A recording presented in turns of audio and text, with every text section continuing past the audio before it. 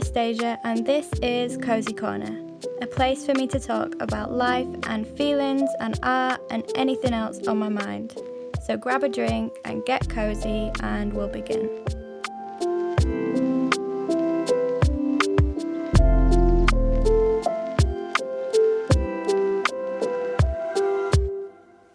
Hello, everyone. I am sitting here in my dad's greenhouse. Say hi, Dad. Hello.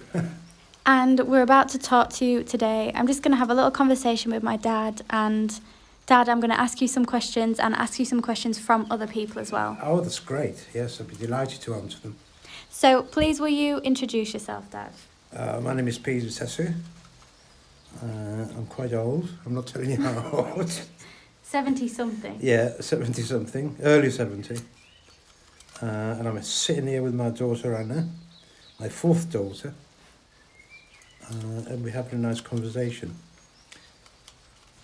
We're in the greenhouse, which is one of our favourite places to come and talk. Can you explain, Dad, the law of the greenhouse? Oh, the law of the greenhouse. I've always had a greenhouse, so when my daughters were younger, because they're quite old now, if they wanted to speak to me or ask for advice or anything else, they always used to say, Dad, can we meet in the greenhouse, please? And that's what we do. We go in the greenhouse and then we'd have a chat and sort out any problem that they came up with. Okay, next question, Dad, from me. Mm-hmm. I wanted to ask you about the greenhouse first, but now I want to ask you about where does our name come from? For people who don't know, my dad is from Cyprus. Do you want to talk about that a little bit?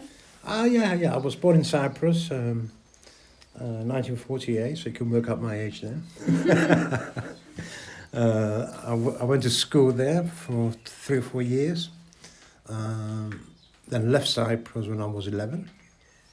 Came to England, and the rest is history. Now, our name is a bit weird because we don't have many written records in villages. I came from a small village. My father's name was Anastasia, his first name, but for short they used to call him Tassos.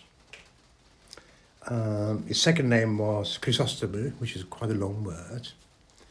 So when I was born, or when we were all born, all my brothers, you go to the local sheriff. He's not really a sheriff, he's just somebody who keeps records in the village. And he said, Tassos had a son. And because he only knew him as Tassos, he put as his surname Tassou. So it was me, Peter Tassou.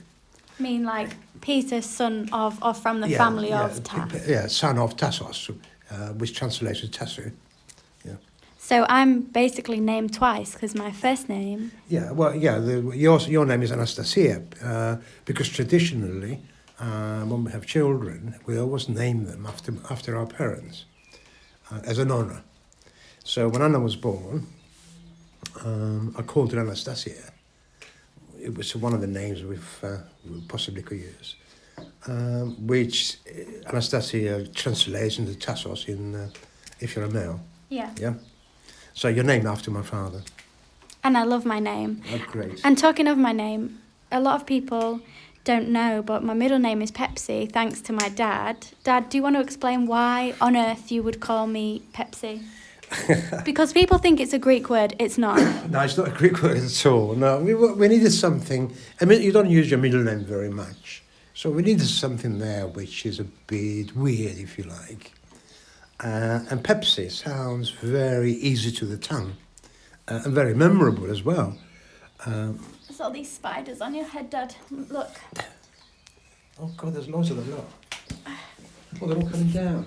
How did we get rid of... just hatched. So we just had to move because some spiders hatched on my dad's head, which must be lucky.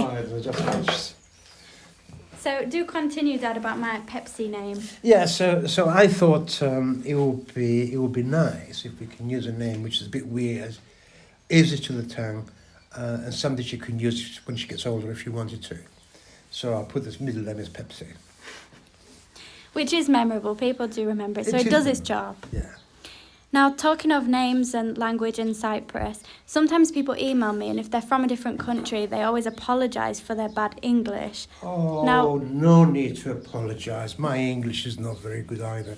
Well, what I was going to say is, my dad always has told me when you were working before and you had to send letters and stuff, you struggled with that. Oh, I struggled a lot. I mean, that's one of the things. I started my first business when I was 18, and one of the problems we had, or I had, is actually being able to write, because when you're in business, you've got to write letters and you've got to write invoices and all that kind of stuff. And I found that very, very difficult. So I wished I had more education, but I only had 4 years education in the UK.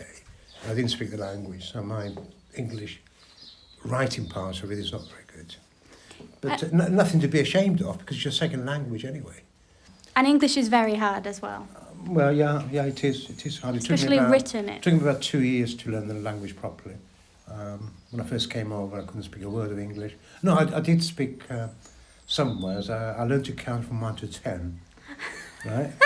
And a soldier who was looking after us at the end of the gun was actually teaching us how to count to 10. You can't just tell us that, Dad. You're going to have to explain a little bit of the...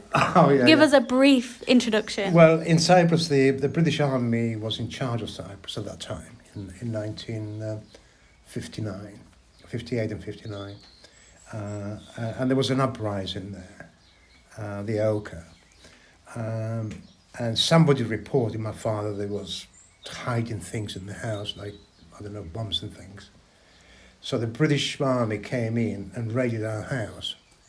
I would imagine it was about 100 soldiers surrounded the house, kicked the doors down, pointed the gun at us and told us to get up. First thing in the morning, about 6 in the morning. Then one soldier took their 3 kids, with 3 of us at that time, to one side, and a soldier looking after us, pointing a gun at us. Another 2 soldiers took my father to another side and were pointing a gun at him. And another female soldier took my mother to one side, so we were all separated. But the guy, the soldier that was looking after us, he was quite a nice guy. And obviously he got bored and he decided, well, I'll teach you English. So he said, we started counting 1, 2, 3. So I learned to count to 10 that way before I came over. The most traumatic count to 10 ever. Yeah, that's right. And didn't you say something, they had some tea there, which you like, and a biscuit? Oh, yeah, God, they with a great big pot, I don't know, about 2 foot high, full of tea. So they had a tea break. And they gave us a little bit as well. And they gave us a biscuit. I never saw a biscuit in my life. My God, how beautiful it tasted. It's funny because if you look back now, it's such a horrible situation, but you looked at it through child's eyes. Well, through a child, it was quite adventurous, wasn't it? Yeah. Some excitement. Yeah. So for a little bit of context as well, I mean, please correct me if I'm wrong, Dad, but you were very poor in Cyprus, like... Oh, yes, we were. My father had a job, fortunately, but he had a job in the city, working as a plumber somewhere. So we didn't see my father much through the week, just the weekends used to come home. My mother used to sew garments for people, and they used to pay her in goods rather than money, because their village was poor. So if a woman wanted to make a dress, for example, she'd go and buy the fabric, bring it to my mother.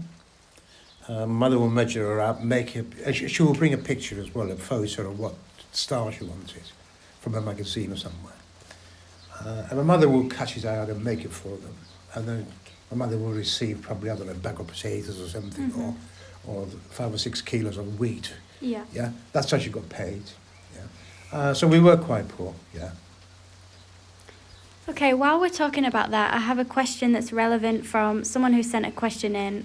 They asked, what was your first impression when you came to England? Oh my God. How old were you, Dad? I was 11 years old when we came to England. Got off the aeroplane. We were put into a bus to drive from Heathrow to London, and everything was so dark. It was raining and it was foggy and gloomy. Oh my God, it was so different from Cyprus. Cyprus was sunny and bright, yeah? And it was awful. I said, what a place is like hell, right? And then my father picked us up from King's Cross somewhere where the bus stopped and took us home. And he had a bowl of fruit. Oh my God, I never saw an apple in my life. And I thought, my God, it looked beautiful. And banana, I never saw a banana in my life either. So, you know, I was quite pleasantly surprised of the stuff that you can eat in England. Yeah. Yeah. In our village, it wasn't an apple or a banana area, so we never saw apples and bananas. Yeah. What would you have instead? There we have pomegranates, melons. A lot more exotic, it seems. Well, yeah, pomegranates, melons. We used to have almond trees, Figs. some lemons, some figs. Yeah, but not apples and pears and bananas. No. And it's funny because my dad loves English, like you loved the school dinners that you had, didn't you? Oh yes, brilliant. Well, if you compare it to Cyprus, where lunchtime, for example, if I came home from school, all you could find was a handful of olives and a piece of stale bread, and that would be your lunch. Or I can go hunting and kill some birds and things and eat them, cook them and eat them while we were up in the mountains. So coming to England and having a meal with veg and meat and veg, it was brilliant. Yeah. I loved it. And a pudding afterwards. Oh, and the puddings. We never had puddings in my life either. What's your favourite? Oh, sticky toffee. A spotted dick. Oh, yeah. Yeah, with custard. Such traditional food. Most Yeah. people here probably think it's old-fashioned, but for you, For me, it was brilliant. Yeah. Absolutely brilliant, because we never had that kind of stuff. Yeah. So another question about Cyprus. Someone asked, what do you remember? What's a nice memory that you have from there? The nice memories. The nice memories were when the church feast, for example. People used to gather together, and there used to be some stores selling ice cream and nuts and things. Yeah, that was a nice time. That was usually Easter time or whatever. Yeah, at Easter time when you have eggs, painted eggs, and you knock them together and say. Christos Anesti. Christos Anesti, yeah, that was good. My favourite time is actually going up, putting my shorts on, no shoes, taking my catapult, I always had a catapult, and go up in the mountains, hunt some birds, kill them with my catapult, light a fire, clean the birds, cook them and eat them, and also pick some asparagus or other things, wild things that grow in the wild. And that was very peaceful and very adventurous. Yeah, I used to love that.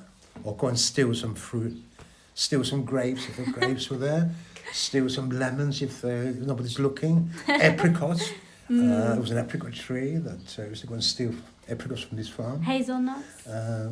We didn't have many hazelnuts now. Almonds we had, but not hazelnuts. And then we had dates, a date tree that used to make dates, but I couldn't throw a stone high enough to get them.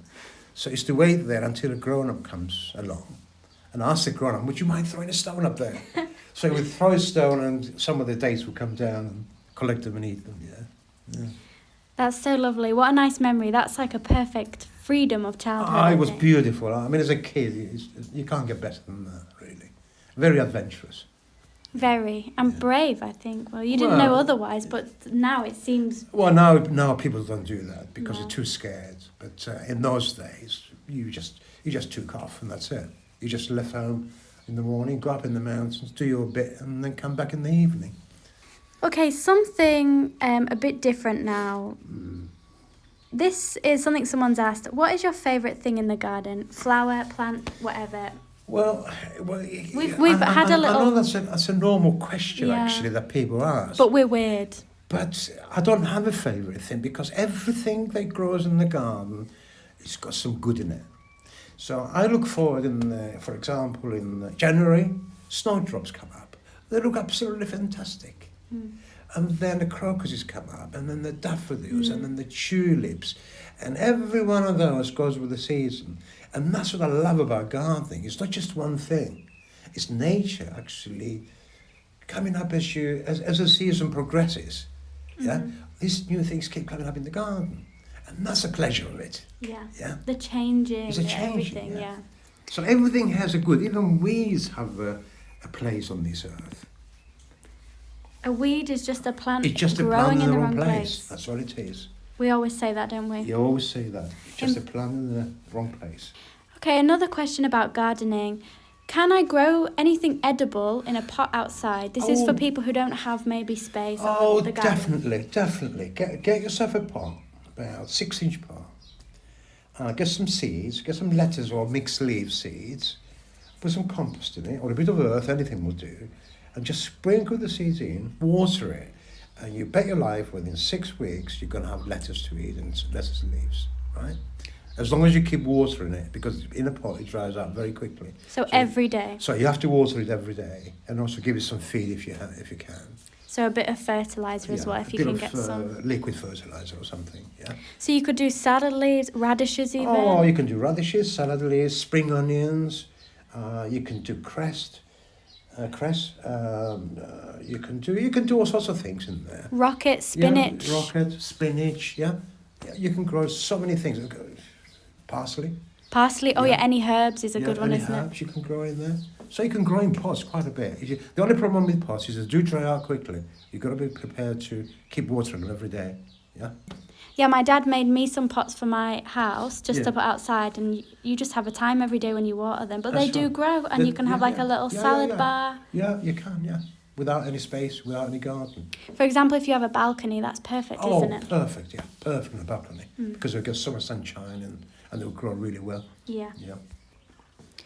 Okay, a change of subject now. I tell people that you really like watching things on YouTube and you like learning all the time. You love learning. What's your favourite kind of thing to watch on YouTube or learn about online?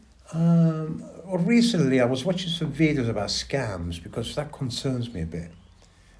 Because everybody's trying to scam you. So I've been watching some videos on that to learn what kind of scams are there and what to avoid. I do like politics as well. I look at a lot of politics, what's going on in the world. The pandemic, of course, is that is very bad for people, and I feel really sorry for people that got affected by it. But I try and learn as much as I can on that too, and how to protect ourselves. Recently, I started taking vitamin D. There's a guy on YouTube which I watch a lot, which is called John Campbell. He does a video every day and gives us an update on the virus or the virus situation in the world. He's a doctor as well. He's a doctor, yeah, Dr. John Campbell. He's very, very good. I recommend him if anybody wants to see him. And he gives you the information that without any bullshit.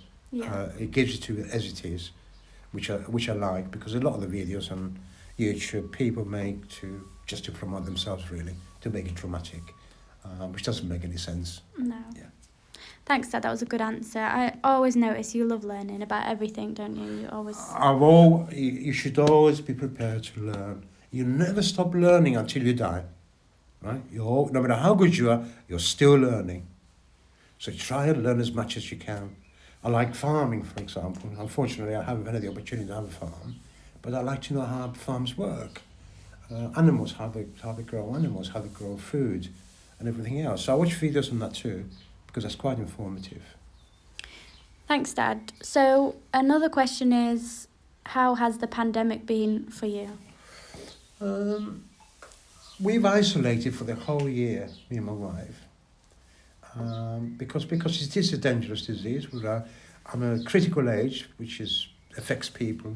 Old age people are affected more than young people. So we've been very careful. But fortunately, because I have a big garden, I've got an acre of land here, it keeps me busy.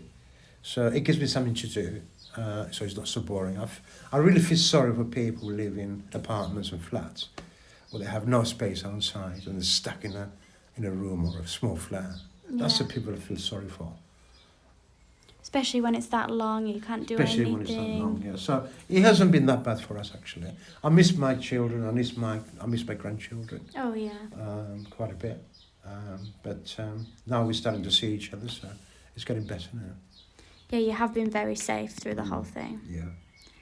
So someone else asked, what do you think of Anastasia helping so many people through her art online? Oh, I'm really proud of that, because I try and encourage her, actually, to because I think helping people, you get a lot of satisfaction in helping people. And people should be helping each other. Yeah. So I feel very proud of her. And even if I can say this, when the pandemic started and everything, we were talking, and my dad always helps me with business stuff. I've talked about that before because my dad knows, and Well, I've been in business for a long time. I've been in business, as I said, since I was 18. So I know how to run a business. So I've been helping Anna set up her business or her channels.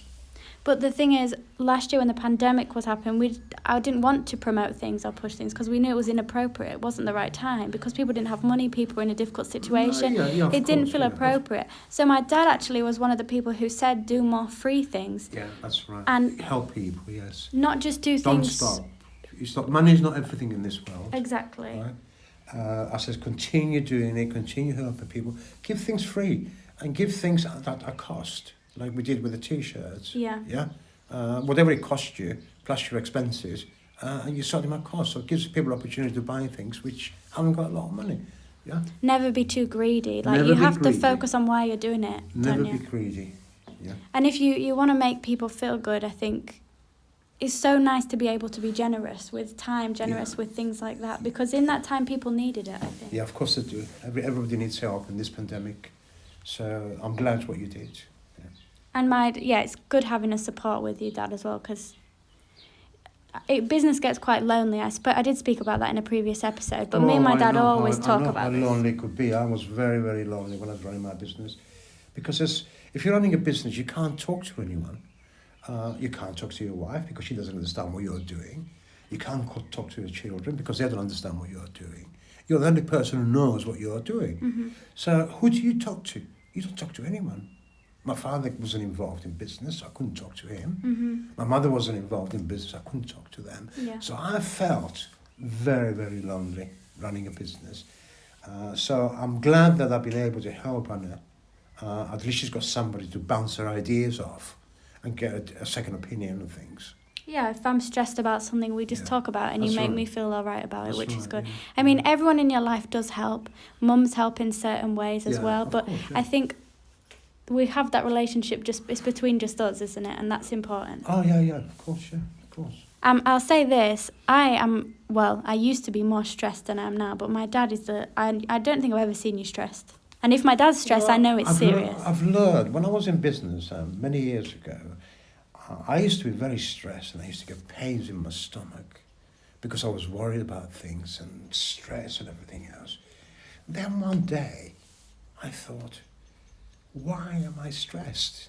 Because if you're stressed, you can't solve a problem because you can't think straight. So I taught myself to face a problem without getting stressed. Mm. So I've learned that if I've got a problem, I will write my problem down on a piece of paper, right? And then I will sit there and say, right, what's my options? What's the best option for me to take? Solutions. Right? Mm. So I write all my options down, right? And then against those options, I put down what the cost is, which is important, right? And I will take the option which is the least cost to me to solve that problem. So cost doesn't have to mean just money, does it? But anything... Well, not just money, but money does matter, of course. When you're in business, without money, you go bust. But using this method just for personal problems as well. For personal problems as well. That's how you solve a problem. Yeah, you don't have to get stressed about it, right? Just analyse it. Logically. Analyse it logically and come up with the best solution. And it does work. For most things, it always works. Because I think as well it's the writing down. My dad's taught me the power of lists. So if anyone wonders why I'm always talking about lists all the time, it's because of my dad. Oh, lists are so important. You have to manage your time properly. So you've got to make a list of what things you need to do today and what things you're going to do tomorrow. Okay? Now, by thinking that way, you're making a list, then you're analysing your business or whatever situation you're in, and you're writing those things down, what to do. Mm-hmm. Yeah? And if you follow that list, you're taking stress away because you're not stressed anymore because you know what you're doing. Yeah. Right? And all you you follow have to the do list is just follow and you it. can solve those problems much quicker than if you don't write them down. Yeah. A little last question here, Dad. Do you have any advice for young people right now? Struggling, the pandemic, I feel sorry hard. for the young people because this pandemic it actually affected the young people more than anyone else, and particularly people that work in the cafes and restaurants and places like that, pubs. They've been shut for nearly a year now. A lot of people lost their jobs, and I feel sorry for that, because young people should be given opportunities, I think. And it's hard now for young people to Very do that. hard. When back in your day, I think it was a lot easier to get a Oh, job. back in my day, it was so simple and good. Even houses was it? I bought my first house when I was 18, right, for like £6,000 in London. The house is worth £1 million now, right? Jobs, you can walk from one job to the next. There were so many jobs around, Yeah. right, that you could walk one from job to the next. So it was so easy for us. There's so much competition now. Now it's getting so difficult for young kids. But I really feel sympathy with them, particularly the social media, competition. You got to act a certain way. You got to look the same, the certain way. It's just hard for young people now. I'm not surprised there's a lot of people that are suffering and Yeah. suffering with depression and things. It's a really hard time. Yeah. So just to finish this up, Dad, do you have anything you'd like to say to people listening? Well, have hope. I think that things will change. The pandemic will go away this year or next year, and things will brighten up. Look after yourselves. Invest in yourselves, right? Invest in yourselves. When I say invest in yourself, learn things, study, work hard. Spend time on yourself. Spend time on yourself. Save money if you can for your future, right? Don't spend more than you're earning, and have hope. Things will get better, right? Look on the bright side. Don't look on the bad side. And I'm going to be posting this on Greek Easter, so do you want to say anything to the Greeks celebrating this weekend? Christos Anesti. Christos Anastasia, καλές γιορτές. Thank you so much, Dad. And to anyone listening to this, if you have anything to say, or if you want to say anything to my dad, email me and I will pass it on to my dad. Yeah, I'll be delighted. So any nice comments, questions, anything at all, and my dad will be happy to talk to you. Absolutely, yes. Thank you for listening, everyone. Say bye. Bye-bye.